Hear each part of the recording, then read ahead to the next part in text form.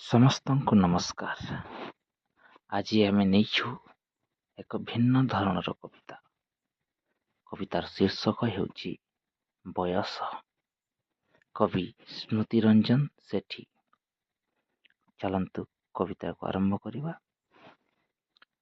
ହୁଏତ କେବେ ଦିନେ ତୁ ନଥିବୁ, ମୁଁ ଏକା ବସିଥିବି ବାଲକୋନିରେ। ଥରିଲା ହାତରୁ ଖସି ପଡ଼ିଥିବ ବଙ୍କୁଲି ବାଡ଼ି।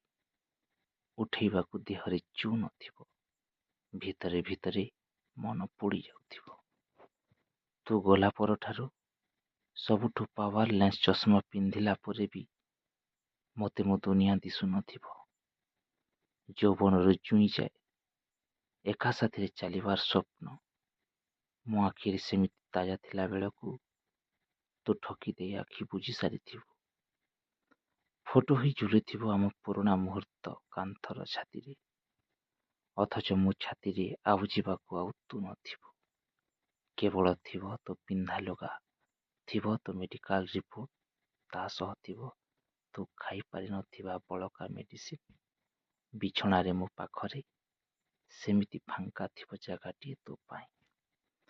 ବୟସର ଅପରାହ୍ନରେ ମୋ ଏକଲାପଣକୁ ମୁଁ ଏକୁଟିଆ ଭୋଗୁଥିବି।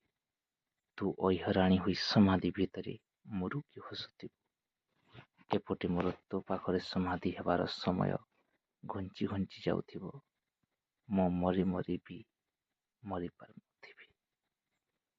ଧନ୍ୟବାଦ।